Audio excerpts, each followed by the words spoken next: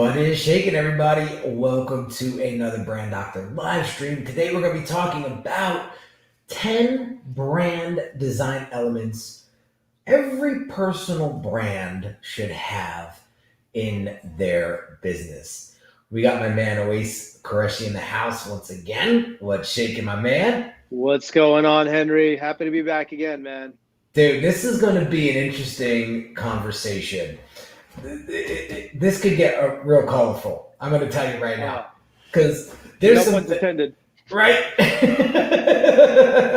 There's a lot of stuff here that are personal pet peeves of mine that I just need to get off my chest. Yeah. And so I'm just going to preface this episode by I'm not pointing fingers at anyone specific, and I'm not trying to come across like I'm sitting up here on my ivory tower, like my shit doesn't stink. All right. I'm coming to you guys with some charisma that is going to help you kind of think about your brand identity from a different way, from a different angle. So this could be fun. So my man John's in the house. What's going on? John, welcome back. I haven't seen you in a while. Hope you're doing well. I want to encourage everybody that's live with us today to come in the comments, ask questions, drop thoughts and insights or suggestions. We want this to be as interactive as possible. That's why I love doing these live. So there's a couple of things that has been grinding my gears over the years of designing, not only for myself, but for my clients. And the one thing that drives me nuts about poor design or unintentional design or unfunctional design is that it comes across extremely cheap and amateur. And I understand. So I have a sweet spot in my heart for this because I understand that most entrepreneurs out there don't have the design background and skill sets that me and Oais have, right? So they don't know what's good, what's not. I had a client once, Oais, that he was colorblind.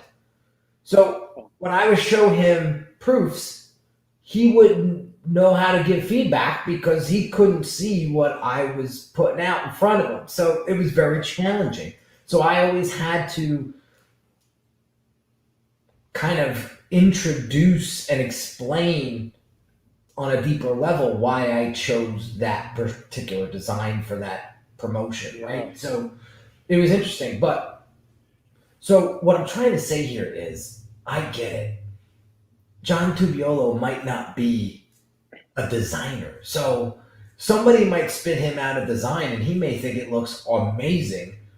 And then somebody with our caliber of skill set will look at it and be like, that thing looks like it came out of a Cracker Jack box. Yeah. So I understand that. And so I'm empathetic to that. So one thing you have to pay attention to is when you're designing your brands, if it's looking cheap, if it's looking amateur, if something just doesn't feel right about it, you're probably right. And so I would get a second opinion on it from somebody who has that professional background, because they're going to give it to you straight, hopefully, because that's a real coach right there. Okay. The other thing is, a lot of times when I see my clients coming to me prior to us getting our hands dirty with their brands, is their identity online does not articulate the value that the brand actually represents. Right? Have you come across that in the past, Oais? Absolutely, man. I've had some clients that they have a high dollar or a high figure offering, but that is not reflected by their brand. That's not their brand identity. Does not reflect that in any way. Yeah. And these guys are experts. Yeah, a lot of these internet marketers that I'm seeing, popping up all over the place like whack-a-moles. It's the same thing. Like these guys deep down, they have a solid practice, but they look so spammy. It doesn't give off a good first impression. And that was like a big beef I had with ClickFunnels, because I love ClickFunnels, and I think I ClickFunnels is a phenomenal tool, but it gets a bad rap because people are just slapping these landing pages together with like really no design direction whatsoever. Yeah. And it's killing their reputation. And so, I want to make sure that we're designing brands that clearly articulate the value that the business is representing, right? Exactly. Couple more things here, and then we'll get into the 10 design elements that every personal brand should have. Another thing that I see quite often is the lack of consistency. Right? This is the one that grinds my gears, man. Talk to me about it. This is the one that really, and this is one we see over and over again, that we consistently see the lack of consistency, right? And I'm sure you encounter that as well. They show up. Oh yeah, we got our logo done on 99 Designs, and great, we got all that done, great. And we've been putting our presentations together by ourselves, and then all of that shows up. Business cards look a certain way, the website looks another way. There's really nothing that gels in, and it doesn't look like it's all combined, and that same level of experience is there when I go to their website and I'm comparing that to their presentation. Yeah. Everything needs to be consistent across the board, and that's what's going to create a phenomenal feel, right? That's going to create a phenomenal feel. And it was funny when I used to do a lot of designs for like the bars and restaurants in Hoboken, New Jersey, because there's a road, there's a strip called Washington Street, and there's all the bars and restaurants are on the street, right? And I would do these like poster designs all the time, and I would always get this pushback, like, all these posters look the same. And I'm like, that's the point. Because when I'm driving down Washington Street, or if I see this ad on a bus stop terminal, I want in 3 seconds to know that, oh, that's Willie McBride's, or ooh, that's One Republic, right? Ooh, that's Black Bear Tavern, right? So yeah, different themes of different nights should represent, like Taco Tuesday, right? You want to perhaps use some fonts that represent that look and feel, right? But at the same time, there's other ways that you can make everything cohesive, aka color scheme, right? And you keep that color scheme super consistent. So, oh, bam, oh, that's Willie McBride's. They're yellow and green. It's recognition more than anything else. It's like, regardless of where you touch that brand, you know exactly what you're touching. You know exactly what you're experiencing. And then, of course, How funny is this? Robert Mullen met his wife at Willie McBride's. How funny. That's awesome. It's cool. They've been clients. That's memorable. Yeah, they've been clients of mine for years. I actually did some stuff for them recently because after COVID, they were looking for some help. And what was happening was a lot of these liquor companies, they'll do the designs for them, and they look like hell. So Jackie came to me and was like, dude, I can't put this out there under our name. Like, give us some help. And so we went recently. I actually had some time on my own, so I just did it. Took me 20 minutes to do one, and she was cranking, and she was like, "Oh, here's 4 more." I was like, "Oh shit! Now I gotta get the team." Now you gotta get your team on it. Yeah. Yeah. But it just goes to show, like, when you start to create this consistency, who does this a really good? The W Hotel. The W Hotel, when we would put together stuff for them, they understood the consistency part because they're a higher end hotel, right? So that work came very easy to us because every design needed to look a certain way, right? Exactly. We needed to use a specific font. And I don't want to jump the gun here because it's what we're going to be talking about later. But that consistency is huge.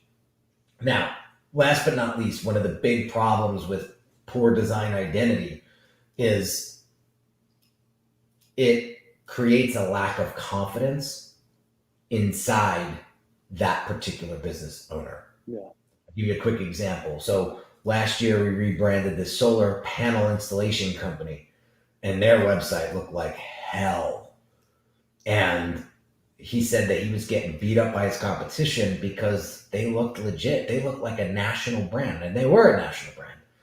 And they were coming in and just swiping up market share. And he was like, we're a $6 million a year business. Like, we look like mom and pop shop, and we can't compete. So they lacked a lot of confidence internally, subconsciously. So when they would get on sales calls and stuff, what do you think happened?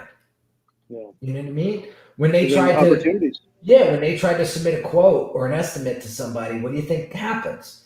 It's probably not going to be as high as it should because they lack the confidence. I had another client that said, I want to raise my prices, but I can't because I'm not confident in what my brand identity looks like online. Nobody's going to buy that extra. Nobody's going to pay that extra money, me looking the way I look. Yeah. Powerful. If you're not confident, do you expect your customers to be confident in buying from you? Bingo. Here's a good question from Michelle. How important is it to consistently utilize high-end words across all branding materials? You want to give that a shot? Sure. So is that consistent with your brand? Is that representative of your brand, Michelle? That's one. And then also keep in mind, again, I'm not sure how you're defining a high-end word, but another thing to keep in mind is that the average reader understands a language. I think it's like a fourth grade level. So I think there's something called the Fleshman reader skill. And so, content writers will regularly and routinely go back to that to ensure that even if they're, of course, now this gets into the whole ideal client. So depending on who your ideal client is, you want to make sure that it resonates with them. So, obviously you don't want to spuriously use high-end words, if obviously your audience is reading at a fourth grade level. Right. And vice versa. You don't want to use fourth grade type of a statement or fourth grade type of language if you're presenting to highly technical people. Yeah. That are, let's say, like chemical engineers or something. Yeah. Here's my thought on that. I think you gave some great advice for sure. I think. Oh, she's saying here like exclusive, personalized, customized, etc. Yeah, those are great. That's great. But here's my word of advice. I would use your clients or potential clients' language. Yeah. So I would study what kind of language they're using and use that. So I'll give you an example. A lot of my clients want to systematize their business. I use systematize a lot in my marketing. Yeah. Because they use it. Right? Yeah. I hear a lot of I get confidence a lot. I'm not confident. I'm not confident in my branding. All right. So this is why I'm talking about this today in today's live. Yeah. Because we want to build confidence in you via your brand identity. Look at my man Steven Coons in the house. What's going on? Boom. Always meet the clients where they are. Yeah, it's huge. That's a absolutely great speak their language, speak from their perspective. And the one that I hear, you said systemize from your side. The one that I often hear is we want to formalize our brand, and that kind of goes along with that. Hey, we lack a little bit of a consistency here. Yep. Want to make sure that everything's consistent. Yep. So we're going to give you 10 brand design elements right now that's going to help you level up your personal brand. Okay, so the first thing that I want to discuss is a consistent color scheme. Okay, I see this law being broken all the time, where I'll go to a website and it'll look fantastic, and then I'll branch out, or I'll find a funnel of theirs and it looks nothing like their website. And they're using red fonts, and their color schemes are blue and white and gray. Like, what are you doing using red and orange? Like, these colors are just cracking the cohesiveness, right? And Russell Brunson struggled with this a long time ago too. And he was like, dude, I got 6 designers working for me, and every time I get a project back, it looks like a different business. And that's where we came in and we cleaned everything up. We were like, enough's enough. Everything's got to be that burnt orange, that blue, and that gray, and that white, right? So when I'm thinking consistent color scheme for clients, I'm thinking 2 to 3 colors at max. Yeah. You could play with a 4th, but it's going to be a secondary or a tertiary color. You don't have to go crazy, but 2 to 3 max, right? So we have that purple, right? We use that purplish pink color. That's our primary color. Our secondary color is that white, right? To kind of balance everything off and have that nice contrast, right? Yeah. But we do have a third color, and it's this lighter gray color, right? You always want to go with like at least one neutral color. And, again, if you have an experienced designer or design firm that comes in, typically they will, conduct a couple of studies to evaluate what a neutral color will be complementary with your 2 core colors.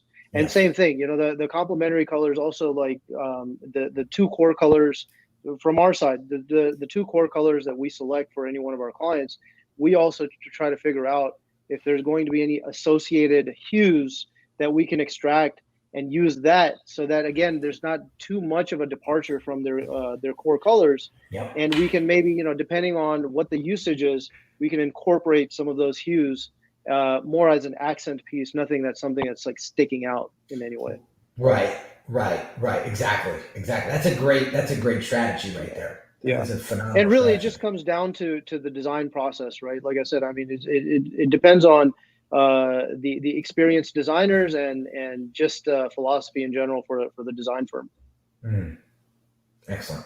So we got Steven here in the house. Always love the value add. Doc Kaminski. Thanks, Steven. I appreciate you.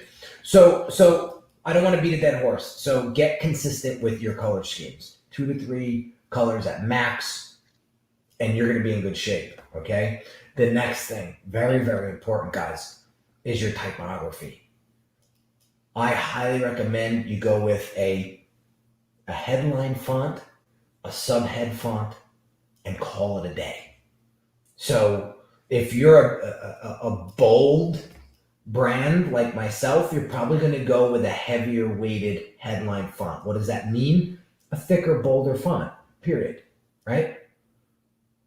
So keep that in mind. If you're in, let's say you're in fashion, or you're a feminine product, like MAC makeup, things like that, you'll notice lighter weights, so thinner fonts. Yeah. Right? So what do you mean by that? I mean, are you saying like use Comic Sans in the other one and Times New Roman in the other one? If you use Comic Sans, I want you to watch this video 5 times today. So primary font for your headline, secondary font for your subtext, or find a font family and have that be your core typography for your brand. Now, keep in mind, the font needs to clearly articulate your brand's essence and also connect with your ideal client. So keep that in mind. So if you're a contemporary brand, you got to look for contemporary font selection, right? If you're a modern Absolutely. design, then you look for a more modern looking typography. Yeah. I see these like calligraphy looking fonts on modern looking brands and it looks ridiculous. Yeah. So, don't do that. Don't do that. So keep that in mind and think about what's going to resonate with your client, your potential client. Yeah. That's very, very important. Yeah. Right? That's another piece that actually showed up not too long ago. I would say as fresh as 6 weeks ago, that a client sends me or sends my team a review of a banner that they were designing for a trade show.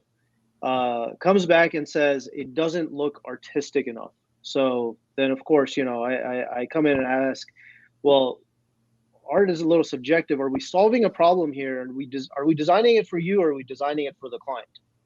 Right? Are we designing it for your ideal client? So that I think that kind of goes into this entire conversation. Yeah. Like consider who you're designing it for. Mm-hmm. Yeah, exactly. Okay, so that's good. We got color scheme, we got typography. Let's talk logos. I see a lot of craziness when it comes to logos. A lot of logos being overdone. Yeah. Okay? You got to keep in mind what a logo is meant for. A logo is to help you remember that brand. Okay? So it doesn't need to, what's the word? Explain what exactly that brand is. Give you a quick example. If you're a construction company, you don't need a backhoe illustration in that logo design. You don't. Yeah. Right? So what you're trying to do is create something memorable that's going to help people. Yes, that icon is Target. That shield is UPS, right? I could go on and on here, but you get what I'm saying. I think too many times we want our logo to do too many jobs. Yeah. So I mean, I think there's been an overplay, or at least on certain instances, there's an overplay on the symbol itself, right? Rather than just saying, okay, look, let's simplify this. It's at least, yes, it still needs to be unique, but not to the point where you're overdoing it. And then again, we're going to dive into just the detail aspect of it. That it might not actually be applicable on various mediums. Right. So. One of these places that we like to frequent down in Florida when we're down there is this place called Rocco's Tacos. And if you look at their logo, I don't even think it has a taco in it. But it's got this really cool strip font that is sharp looking. And it has that edge to it because the place is very edgy. So that's where you can immediately go, okay, yep, that's Rocco's Tacos, right? So just keep that in mind. It's important because you don't want to overdo your logo because then it looks like you're overcompensating for something. Okay. Exactly. Michelle says my logo is my company name, winning proof, with my company colors of red, white, and black. That's awesome. Great. And guys, look, consider the fact that like I said, your logo is not just going to be on your computer screen. So understand where it's going to live beyond where your business is today, right? You might have a remote business today, but you might end up opening a location, right? An office space, or if you're in retail, whatever that might look like. So consider the fact that it's going to be on digital, on your print, and of course signage. Yeah. So, and we do that sort of a feasibility study when we're designing the logo to make sure that the client understands that, if we've gone much thicker in the outlines, or much thicker on the symbol itself, or even on the fonts, it's with the deliberate intent that that logo, just because it looks nice in a thin format on a computer, that's not going to translate over very well. I mean, think about just the production process. When they route out letters, when they route out logos using a CNC machinery, there's only so much that can, that's going to be stable once they route out something that thin. And that's not going to be able to go on a wall, or that's not going to be able to go on a signage at all. Exactly. Yeah, I also think of apparel. Apparel is a big one. Yeah, that's another one. Or how you reduce it down, and same thing. Right. When we did that logo for the solar company, they got very, very romantic with this one design, and I said, "Listen, this is your design. At the end of the day, it's your call. I'm going to give you all the parameters that I can give you to make sure this thing looks killer, right? But you get the final say, right?" So they were adamant about getting this design, and then when they went to do their embroidered shirts, they were coming up short because there were very thin lines, like you mentioned, and it didn't look as great on the apparel. So great point there. It needs to translate over to every single medium, and so that always needs to be considered. Yeah. Another one that I want you guys to consider is brand guidelines. Brand guidelines are so important. Especially when you're establishing your brand or rebrand, you have these brand guidelines to share with designers so they know exactly what to do. Like, it was great when I was designing. I did a lot of work for Corona. I did a lot of work for Coors Light and a lot of the liquor companies. Absolute Vodka was a one that we did a lot of business with. And they provided me with all of their brand guidelines. So I could only use certain colors. I could only use certain fonts. I could only use certain imagery. They were very specific on their imagery. And they actually provided the imagery, which is even easier for me. Exactly. When I was designing. So those brand guidelines are so important. And you make our lives so much easier. Yeah. And your business is going to benefit from getting those done. Yeah. So highly recommend. That's part of having a system, Henry. That's the part of the the word that I hear often is the formalization. Yeah. Standardizing that design, so anyone that comes in is able to replicate and reproduce that consistency over and over again, even though they're creating a new design. Yeah, exactly. Okay, here's another one that you and I both appreciate. Being minimalistic. And this is especially if you're trying to attract a higher paying client. Exactly. Right? You say here, reduce cognitive overload. Yeah. Less is more, guys. Yeah. Let them process your brand. Yeah. Give your audience the room they need to digest what it is that you're doing. Right? Exactly. So less is more, guys.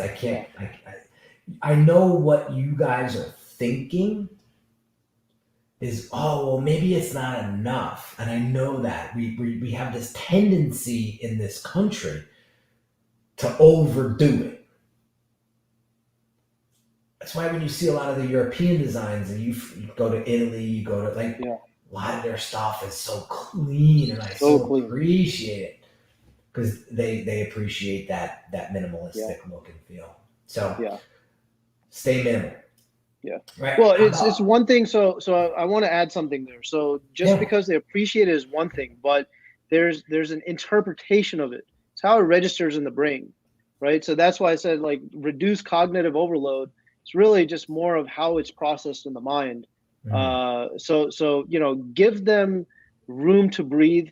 give them room to mentally digest the information that you're wanting to give them, so that they're able to walk away with a good feeling of your brand, and it's embedded in their minds rather than it's rejected by their minds because there's so much that they're getting flooded with, right? Right. So yeah, I mean, it's just, don't suffocate them in any way, Right. Right. and leave some room for imagination. Great point. Great point. Okay, so now we're coming up on the visceral, the visceral element of design, and you know what we want to create when we're designing our brands is this implicit reaction, like that looks beautiful. That's exactly what I'm looking for. I want it. Right? Cars do this in a great fashion. Really high-end design do this phenomenally well. I look at Vogue magazine a lot, and I'm constantly looking at the higher end, fashion brands. Gucci does this phenomenally well. Prada, same thing. Yeah. Create desirability. Yes. Like that image says it all, right? So creating that visceral feeling is very, very important. I don't know if Rob Molinay is still here, but he runs in my town a very successful landscaping design business. He started cutting lawns, and he had and then now he designs backyards. Right? Yeah.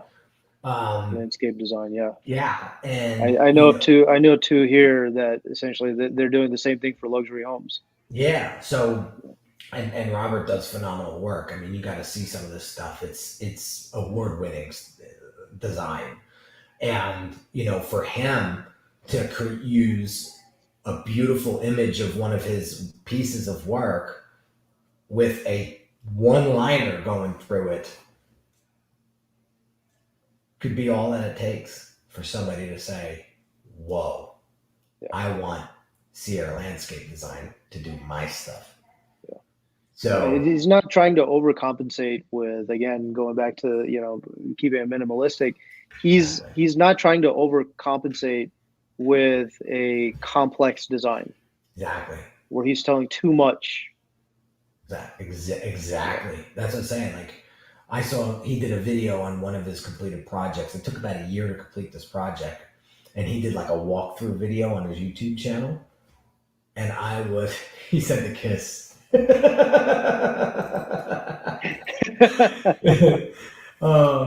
So right back at you, dude. Right back at you.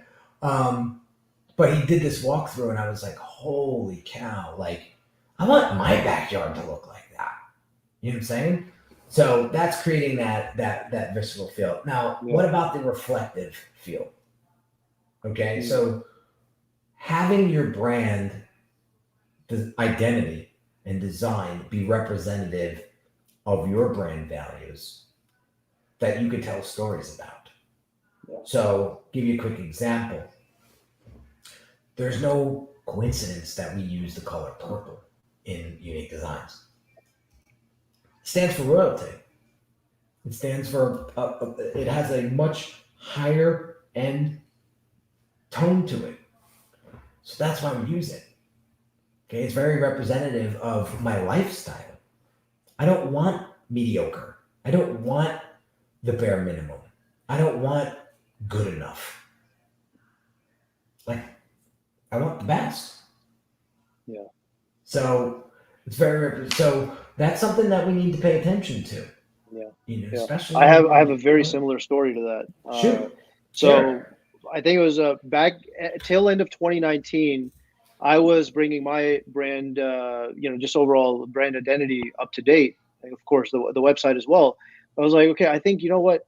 It's time to also consider new colors as well. And so I reached out to several clients of mine and said, okay, well, look, this is, right now we're black and red, black, white, and red. And I'm considering some additional colors. Maybe we'll continue to go down the line of red. And of course, talking to business owners, they immediately said, hey, look, yeah, red, for the most part, it's eye catching. It's bold. But what they also indicated is that what resonated to them is with being in the red from an accounting perspective, Mm. being in the negative financially. And so that Wow. was, and so I was like, holy shit, like this is I'm glad that we didn't continue to move forward and invest too much time and money and energy into moving forward in that direction.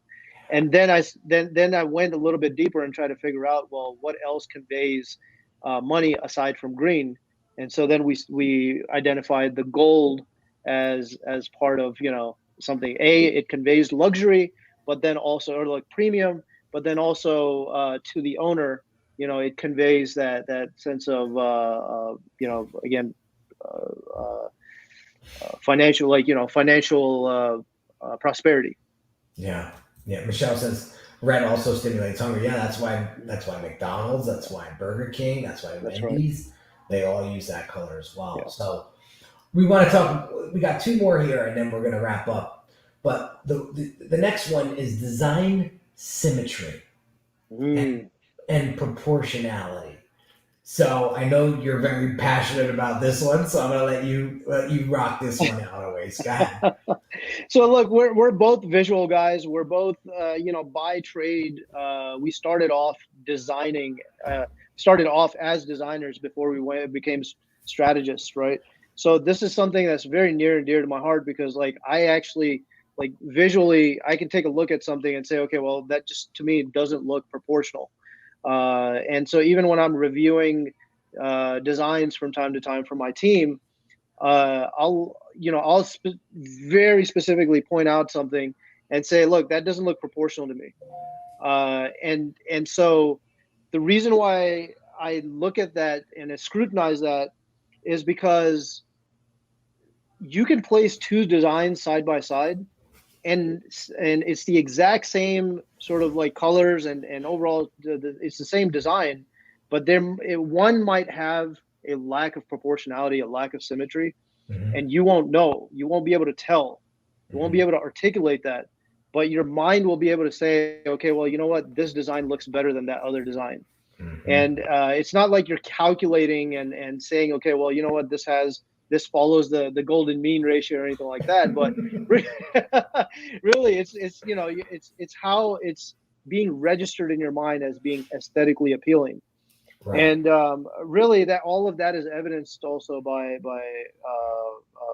brain studies, fMRI studies, where they've Mm-hmm. taken brain scans and shown various designs to people and determined that exact same sort of a scenario where we happen to find objects and elements that are more symmetrical Mm-hmm. to be more aesthetically pleasing. Mm-hmm. And so, from a visual level, that we much of the world around us, the way that we perceive the world around us, the way that we learn, that our cognition, all of that is mediated through the visual senses. So, really want to be able to appeal to that as best as possible through a symmetrical and proportional means. That's well said. Well said. I'm gonna give you the Jersey version of what a waste just said. Let's go. Here's the Sopranos version here. You ready? You ready? Go for it. Don't stuff 5 pounds of shit in a 2 pound bag. That's the Jersey version Yeah. of what a waste just said. Keep it balanced. It's it. Again, we go back to the less is more. I see when we see the lack of symmetry and balance, we see people trying to overdo and overcrowd the design. It's not necessary. It's actually hurting Yeah. the design itself. So don't do what I just said. Exactly. All right. Last but not least, this one actually drives me crazy. And I don't understand. Maybe it's a color blind thing. I don't know. But when you're designing for your brand, whether it's your product, keep in mind contrast. I see so many times on social media somebody using a white text on a yellow background? How hard is it to read? Make sure when you're creating your design that there is a strong contrast between background and typography. Because I don't want to strain my eyes to read what the hell it is that you're trying to communicate to me.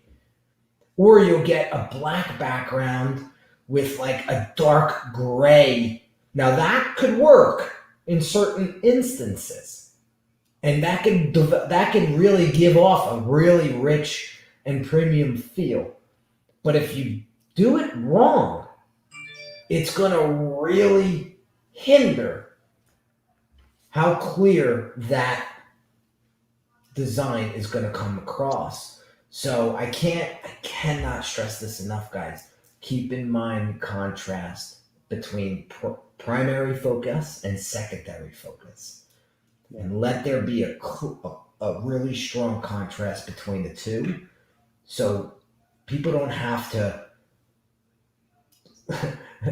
go to the gym to understand what it is that you're trying to do in that design. Okay, so we're gonna wrap this up. I could talk another hour about this stuff, easy, but we want to share with you guys the big so what here. Okay, so we gave you 10 design elements that are going to help you develop a strong personal brand. But what does this all mean? Okay, and so let's wrap this up. All right, how does this translate into business, dollar signs, profits? Well, the best part of this, when you develop all of these elements and start implementing them, you're going to start to have a stronger confidence in your brand. And you've heard me say this in the past, but I cannot emphasize this more. When you are confident in your branding, it's going to equate to more sales. Bottom line, I've seen it 1,000 times over the past 14 years. So more confident brand presence, more sales, right? Wait, skip the next one. Yeah, build trust and credibility. Create that level of authority, right? I mean, the better your design, and again, it's just how, if we're designing around your clients, and that client, the design is truly representative, not just of your brand, but representative in a way that resonates with your clients, then yes, it's going to engender trust. Yeah. It's going to make you look like an authority, or it will project your authority, not look like one.